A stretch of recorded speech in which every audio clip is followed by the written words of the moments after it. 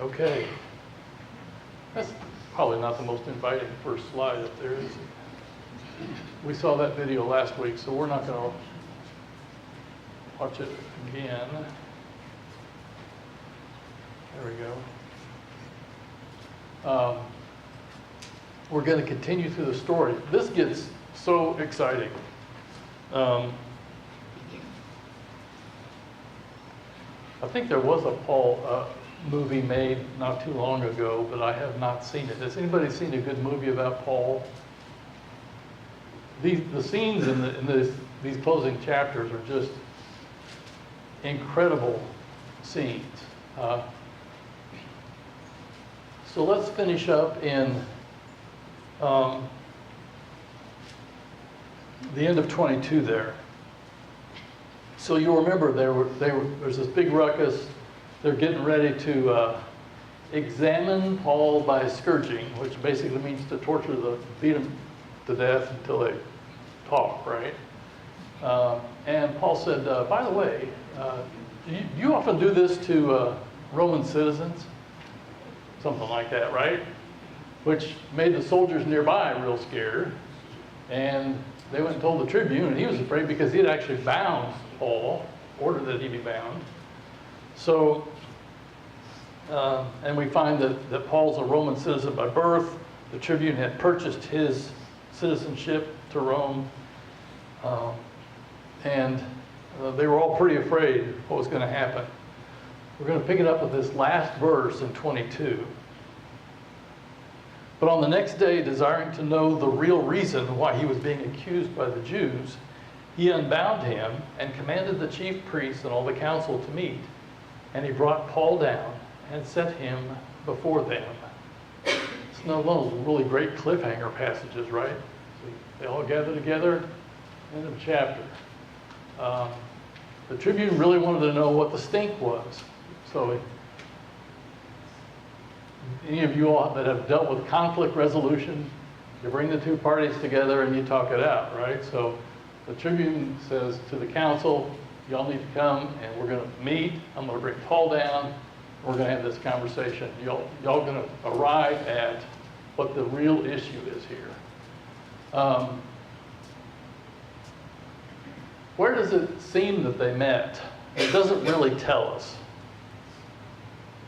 But where do you think they met from verse 30? Well, where are they right now? Where's this conversation kind of taking place? Do you remember where they are? Where Paul's located? In the barracks? Is he in the temple? I don't know. I think he's 27. The tribune came and said to me, "Are you Roman?" He said, "Yes."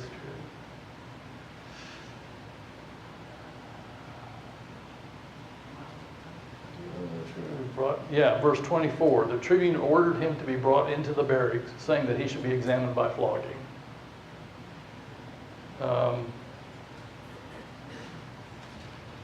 So it does appear, to Paul's point, that apparently they took Paul to some place in the temple. It says they brought him down. What do we know about the Antonia Fortress? Anybody remember about the height of that thing? It was like intentionally built taller than the temple. A lot of people speculate that it was one of Rome's many ways of showing their dominance over this occupied territory. And so the Antonia Fortress, and we see it in some of the pictures of the model, was quite a bit taller than the temple. So taking Paul down to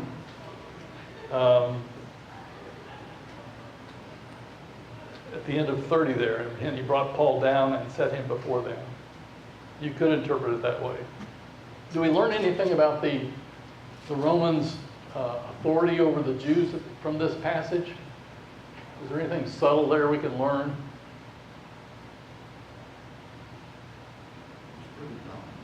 It seems dominant, doesn't it? That, I mean, they were controlling the situation. They said, here's what you're going to do. You go to your council chambers. It's kind of reading between the lines. I'm going to bring Paul down. You're going to figure it out. So that the whole situation still seems to be managed and under the control of Roman authority. We're going to cheat and look ahead. The Roman's name was, if you look at 23 verse 26, actually it's again in 24, I think. 23:26 says his name is Claudius Lysias. Good Roman name, right? Name your son Claudius. So yes, we know his name, and he orders that this meeting take place, and that's kind of where 22 ends. With the council meeting getting ready to start. Here's a picture of, this is a really good picture. They had a great camera back in those days. No, I'm just kidding. This is a modern picture, but it doesn't look all that modern, does it? I mean, except for the quality and the color. This is a picture of some Jewish men praying. This particular event is the Feast of Tabernacles that they still celebrate today in Jerusalem. So this is traditional dress. You can just about imagine, if you've watched The Chosen, they use this same kind of general appearance with the Pharisees and the Sadducees, members of the council. This is a picture of a rabbi named Avram. This picture was taken between 34 and 39. And you see this, the appearance and the attire doesn't seem to have changed a whole lot over the years. What do you notice that he's wearing? That's called a phylactery. They would put scriptures in there from the passage, I think it's in Deuteronomy, that says, bind these on your head. They took that very literally, and they put scriptures in that little box and bound it on their head. And I think it was called a phylactery. You'll also, in that same general neck of the woods in the Old Testament, I should have got the scripture reference for you. It talks about write them on the doorposts, and you'll see a lot of times they had scripture at the entryway to their home. And so it was there when they saw it. There's several little subtle references to this in The Chosen. As they go into people's homes, when they go into a Jewish home, there'll be a little cutout in the wall where scriptures are placed, and they'll tap it or they'll kiss it or something like that as they go into the house. Oops, come back on that. There we go. Now, the Sanhedrin. I wanted to share this article with you about the Sanhedrin to kind of help us understand what the council was like. It was the highest ruling body and the court of justice among the Jewish people in the time of Jesus. Headed by the high priest of Israel, the Sanhedrin was granted limited authority over certain religious, civil, and criminal matters by the foreign nations that dominated the land of Israel at various times in its history. It had the Sanhedrin, the council, had 71 members. The New Testament mentions some of them by name: Joseph of Arimathea from Mark 15, Gamaliel we learn about, Acts 5, and other places, Nicodemus from John 3, and the high priests Annas and Caiaphas from Luke 3, and Ananias from Acts 23. The high priest was always president of the Sanhedrin. It grew out of the council of advisors for the high priest when the Jewish people lived under the domination of the Persian and Greek empires. In the beginning, the council was made up of the leading priests and the most distinguished aristocrats among the lay people. Later, however, as the influence of the scribes grew, they were also given some positions on the Sanhedrin. In this way, the Sanhedrin came to include both Sadducees, or chief priests, and elders, and Pharisees, or scribes. These were the two main groups within Judaism, and the Sanhedrin usually tried to maintain a balance of power between them. But Acts 23, 1 through 10 shows that the Sanhedrin would sometimes divide along party lines. Spoiler alert. As he stood before the Sanhedrin, the Apostle Paul was shrewd enough to pit the Pharisees against the Sadducees to his own advantage.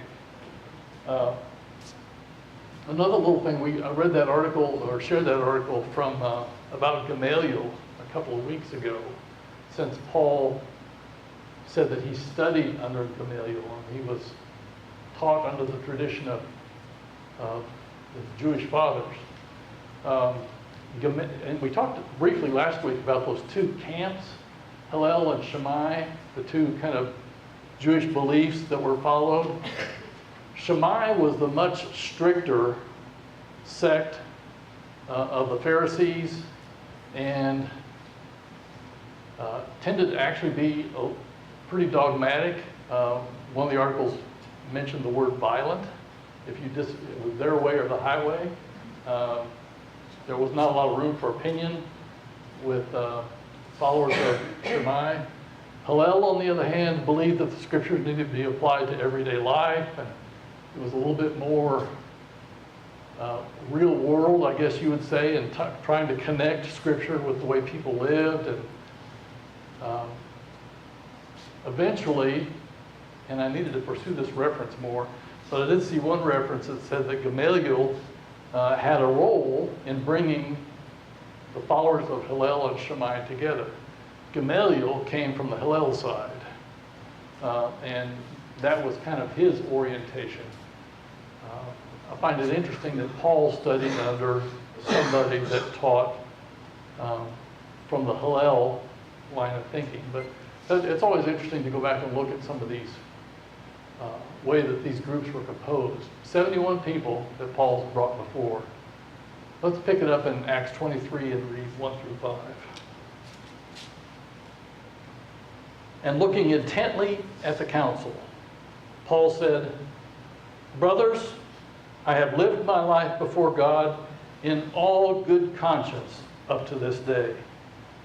And the high priest Ananias commanded those who stood by him to strike him on the mouth. Well, he had a sound effect. They smacked him. Then Paul said to him, "God is going to strike you, you whitewashed wall. Are you sitting to judge me according to the law, and yet contrary to the law you order me to be struck?" Those who stood by said, "Would you revile God's high priest?" And Paul said, "I did not know, brothers, that he was the high priest. For it is written, you shall not speak evil of a ruler of your people." Wow.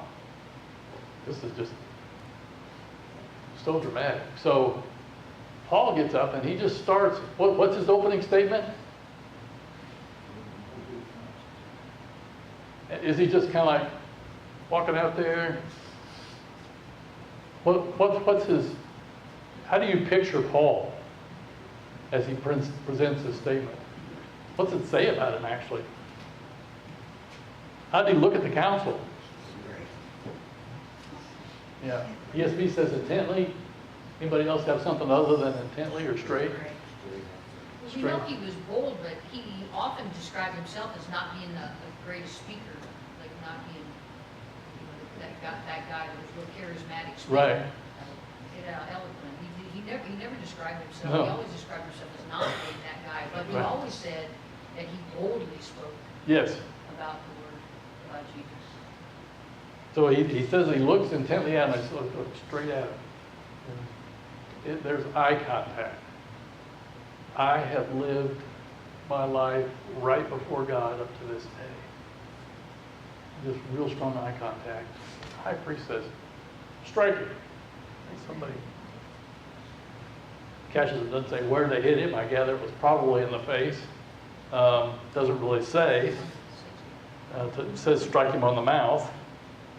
Then Paul said to him, "God is going to strike you, you whitewashed wall." And he fires off with this command, right? He reacts. Of course, we would never do that, would we? We would be calm and collected. But no, somebody smacks him pretty hard on the mouth. I would imagine it hurt. And he fires off, "You whitewashed wall." And he kind of lays into the person that gave the command. Apparently, not knowing it was the high priest. Now, you would think that either where he was seated, or maybe from what he was wearing, that he would know that he was the high priest. I don't know. Maybe the meeting was called quickly and people didn't have time to get in their official garb. It was a little bit more of an ad hoc meeting. I don't know. It doesn't really tell us. But he fires off at the high priest. What did somebody say to Paul then? Those who stood by, what did they say there in verse 4?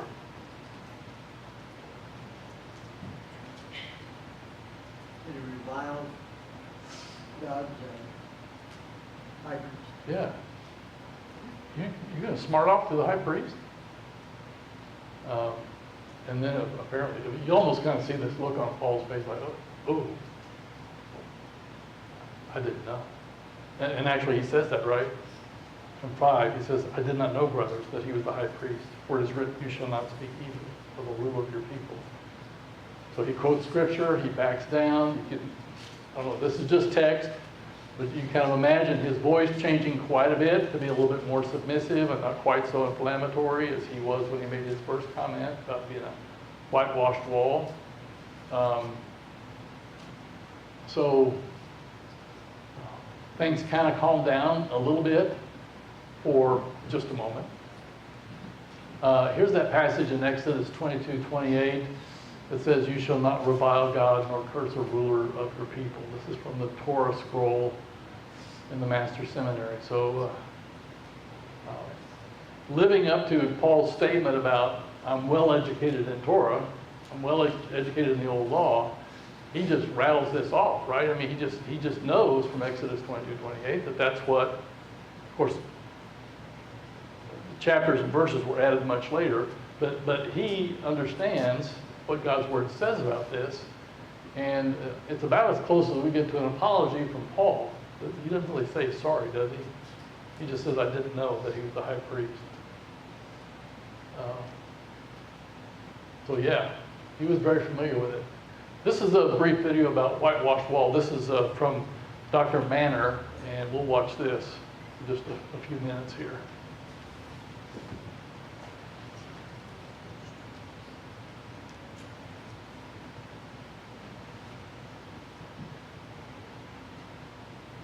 When Paul was taken into custody into the fortress there at Antonia, the commander is curious as to why all this is unfolding. Of course, Paul claims Roman citizenship and therefore exempts himself from the scourging. But the commander wants to know why all of this is happening, what the fuss is all about. And so he gathers the elders and the chief priests together to have a confrontation between Paul and them and for him to sort of sort through this. And the Bible picks up in chapter 23, verses 1 through 5. Paul, looking intently at the council, said, Brethren, I have lived my life with a perfectly good conscience before God up to this day. The high priest Ananias commanded those standing beside him to strike him on the mouth. Then Paul said to him, God is going to strike you, you whitewashed wall. Do you sit to try me according to the law, and in violation of the law order me to be struck? But the bystander said, Do you revile God's high priest? And Paul said, I was not aware, brethren, that he was high priest, for it is written, You shall not speak evil of a ruler of your people. I want to focus briefly on the issue of the whitewashed wall here. In Palestine, in ancient Canaan and Palestine of the first century, the houses were often built, especially of the common people, were built with a stone socle, a stone foundation with mud brick as the superstructure. In my excavations in Israel, this is the picture of a mud brick wall that we discovered, and you can see the very distinct lines between the bricks. Now in this situation, this has been burned significantly and the bricks have hardened, but you can also see some fragment of plaster on top of it. Now what happens, these mud bricks in the ancient world are not baked. They're just dried mud. That's why we refer to them as mud bricks. And the portrayal here shows sort of the problem of dealing with mud bricks. I've portrayed here a cross-section of a wall sitting on a stone foundation, a single course of stones, which then rest on the soil. Now, you'll notice the way I've drawn this, and the depiction here is as the rain would come down, it would strike the ground and splash up against the mud brick, and over a period of time, this would erode away and eat into the mud brick, and it would dissolve and slough off. Other rain would hit the surface and slough the mud brick down into the ground and so forth. So you would have this erosion effect. And the way the people in antiquity would deal with this is they would typically, and often annually, recoat the wall with a thin layer of mud plaster. Many times this would be painted. The depiction here is of the city gate at Beersheba in the southern part of Israel. Reconstruction here, and you can see on the far left-hand side the stone foundation upon which then the mud brick superstructure is constructed.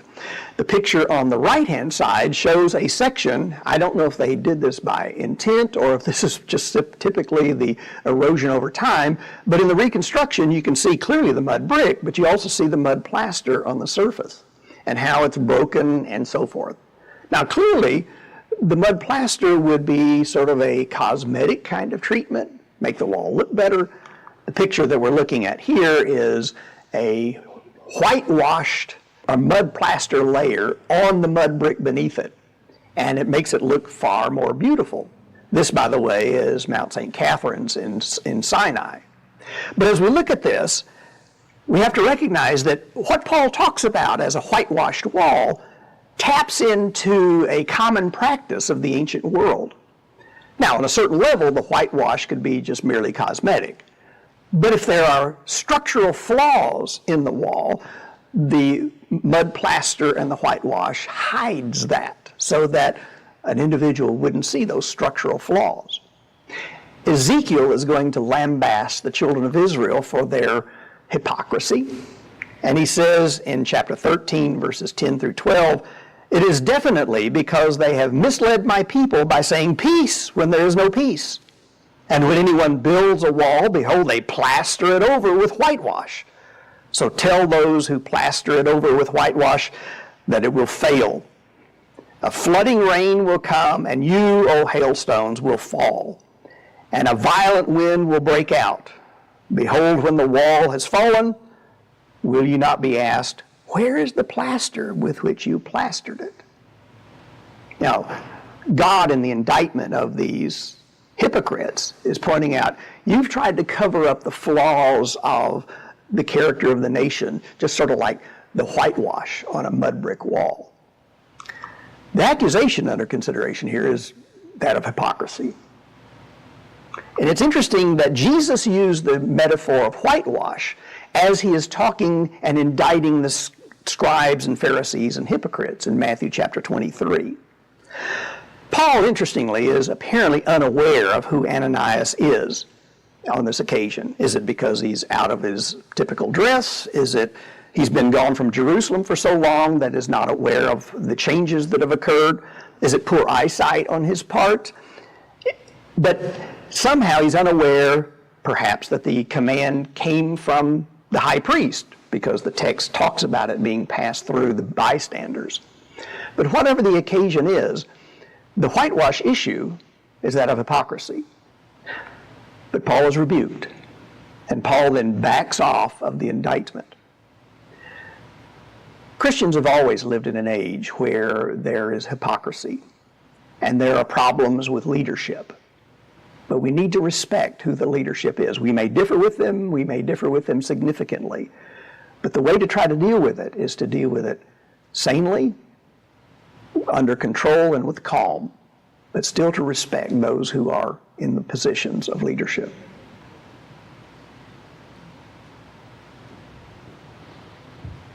Interesting. Learn more about ancient home construction than I think I ever knew, right there.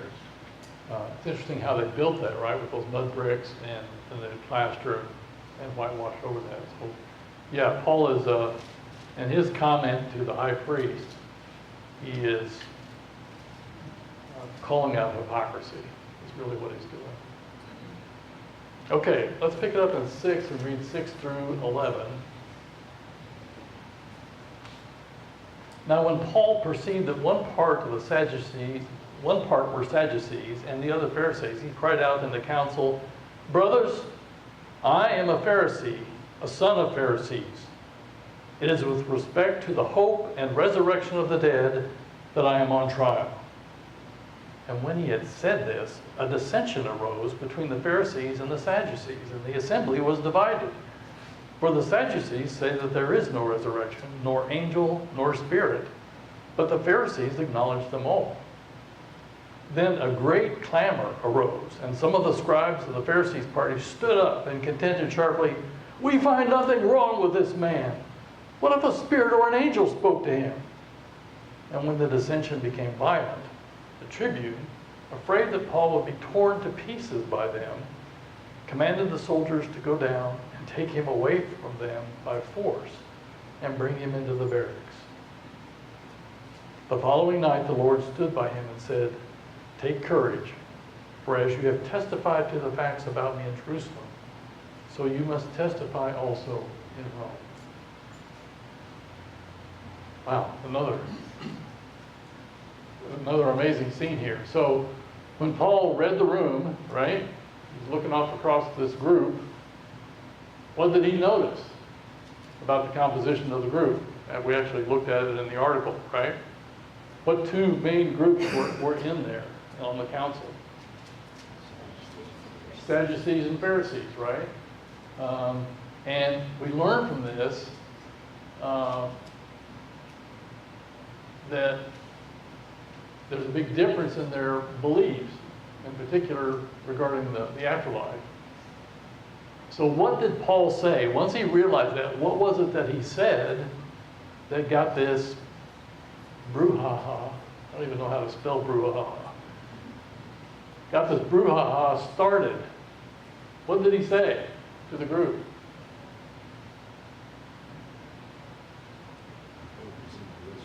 My hope is in the resurrection. I'm here because, yeah, I'm a Pharisee, and I have hope in the resurrection. That's why I'm here. It was kind of like throwing an emotional hand grenade right in the midst of this group, because it really created some discord. The Sadducees, what? What do they believe? No resurrection, no angels, no spirits, none of this. They don't believe in any of that. Pharisees, it says, holds to all those things. So there's a big, big difference between their beliefs, and this started a huge, it says clamor. I should have looked that word up. Did we have a word other than clamor? Uproar. Maybe that's better. So a big to-do was going on between the Pharisees and the Sadducees, and one of the Pharisees gets up and shouts what?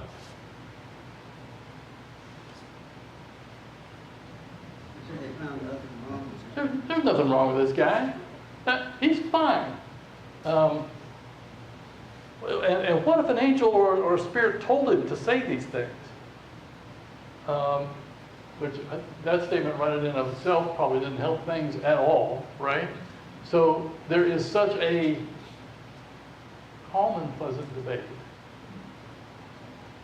What's the Tribune concerned about, based on what's going on physically here?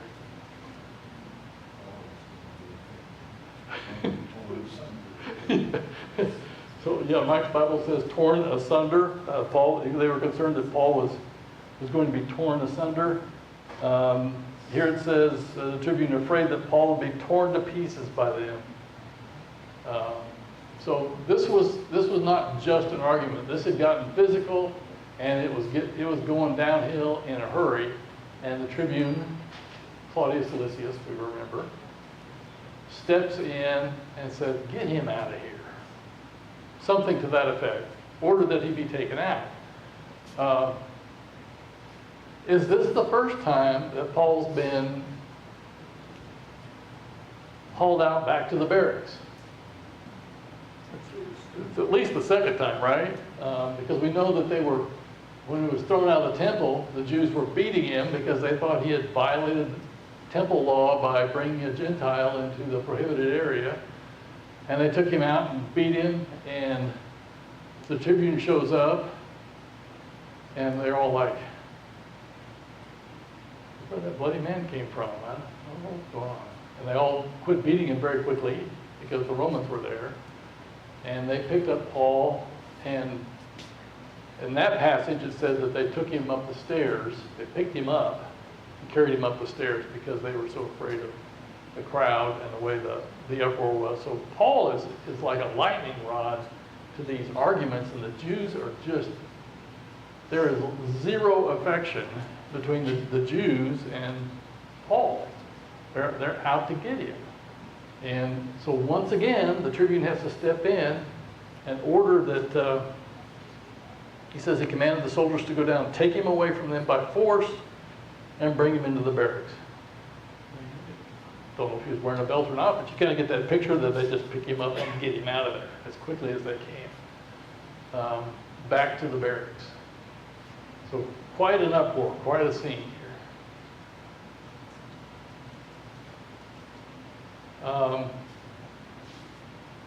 This is an interesting passage. So this was, I don't know, if somebody says to you, where was it that Jesus appeared to Saul or Paul? We would say, road to Damascus. There's 3 other times when he spoke directly to Paul, and one of them was a direct appearance that we see here. So in verse 11, who appears to Paul in verse 11? The Lord. What does it actually say about this appearance? He came and stood beside him, right? It wasn't like just a voice. He came and stood beside Paul. The Lord came and stood beside Paul. And what did the Lord say to him? There in 11. Take courage, for as you have testified to the facts about me in Jerusalem, so you must testify also in Rome. Now, I don't know about you, but if the Lord appeared and stood beside me and said, take courage, it's okay, what you're doing is exactly what I've got planned, and you're going to have to do more of this on down the road. If that happened, how strengthened would you be? Oh, thanks, Evelyn. Yeah, Evelyn says a lot. I'm with you. A lot. I mean, it would be so powerful to have the Lord himself appear to you and say, hang in there. You're doing great. Yes, Kwame. So the counter to that is all through the section of Acts as he's coming to Jerusalem. It is very clear to Paul, we are told from the Holy Spirit that these things will happen. Yes. Then to Rome. And then the Christians with good intentions are the ones discouraging. Like this very thing. The Lord is telling me this is what I want, but yet earlier in the chapters, the leaders in Jerusalem were trying to avoid this very thing happening. Yes. So I think Luke is painting to us that the Lord had a plan, and the Lord was strengthening him to follow the plan. And we have on the other side Christians who were discouraging him because they didn't want the difficulty that goes with it. Either discouraging him or trying to avoid the situation, right? When we go back to Caesarea, right? When he was in Caesarea and Paul said, and Agabus came and told him, you're going to be bound. And they said, oh no, don't go. He says, you're breaking my heart here. I need to go. And they said something to the effect of, if it's the Lord's will. And they followed him, right? So some of them were supportive, but you're right, they were trying to avoid this, exactly what happened in this chapter. So yeah, it's not going real well from our perspective, but from Christ's perspective, which is the one that counts, Paul was right on target. There's a lesson there for us. Go ahead, Alex. He said, and I guess Jesus said that he's going to go to Rome and testify. That makes sense when you get later on and we see he appealed to Caesar. Yeah. That was one way to go to Rome. Yeah. Even though he was arrested. Yeah. That's where he ends up, and he appeals, and that's where he ends up with in Rome. And we'll look more at this kind of this time that he spent in Caesarea Philippi But yeah, you're right, this is coming up.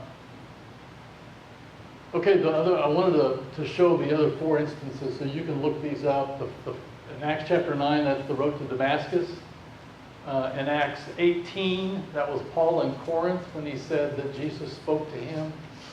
In Acts 22, that is when he's recounting his conversion, and he says he was in a trance in Jerusalem and Jesus appeared to him. That's in Acts 22, and then we just read the incident in Acts 23. So there's at least 4 incidents where Jesus spoke directly or appeared to Paul. And I always, in my mind, I always thought, oh, the only time that Jesus appeared to Paul was, and spoke to him, was on the road to Damascus. But there are other recorded instances. And the interesting thing about this meeting between the Lord and Paul in verse 11, I think, is the fact that it says he came and stood beside him. You know, it's just amazing to think, of course the Lord could do that because he did that with the apostles, right? After he was resurrected, he would just appear. He'd appear on the other side of locked doors and to do really whatever he wanted, to encourage and to guide and to teach. Okay, this is a really good stopping spot. And we only got about we've got 3 minutes, 2 minutes. This is the Antonia Fortress. Let me show that picture a little better there. So this is the Antonia Fortress. We saw the steps that we looked at before here in the front. If he was thrown outside the temple, this is the temple wall right here. It could be that they brought him up these steps. It doesn't really say.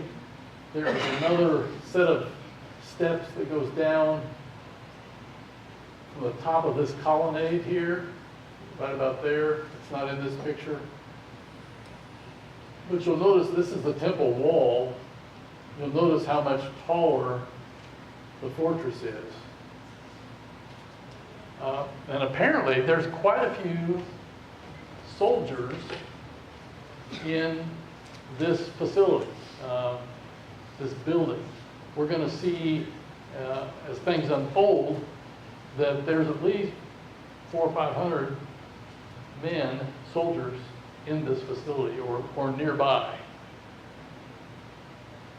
Okay. Well, I got 50 seconds, so that's not worth starting a whole nother section. Any thoughts about any of this? This uproar? I think it's if you're brought before a large group of people, maybe a lesson there is that it pays to have a cool head and watch what you say. Paul did a really good job of understanding who his audience was and used that to his advantage and started this whole uproar. So it wasn't him fighting the battle, it was them fighting the battle with each other. They were Pharisees and Sadducees. And Mike says, it's a good thing Christians never do that. Well, hopefully we can learn from this. Yeah. Thank you all for your comments. We'll pick it up here next week.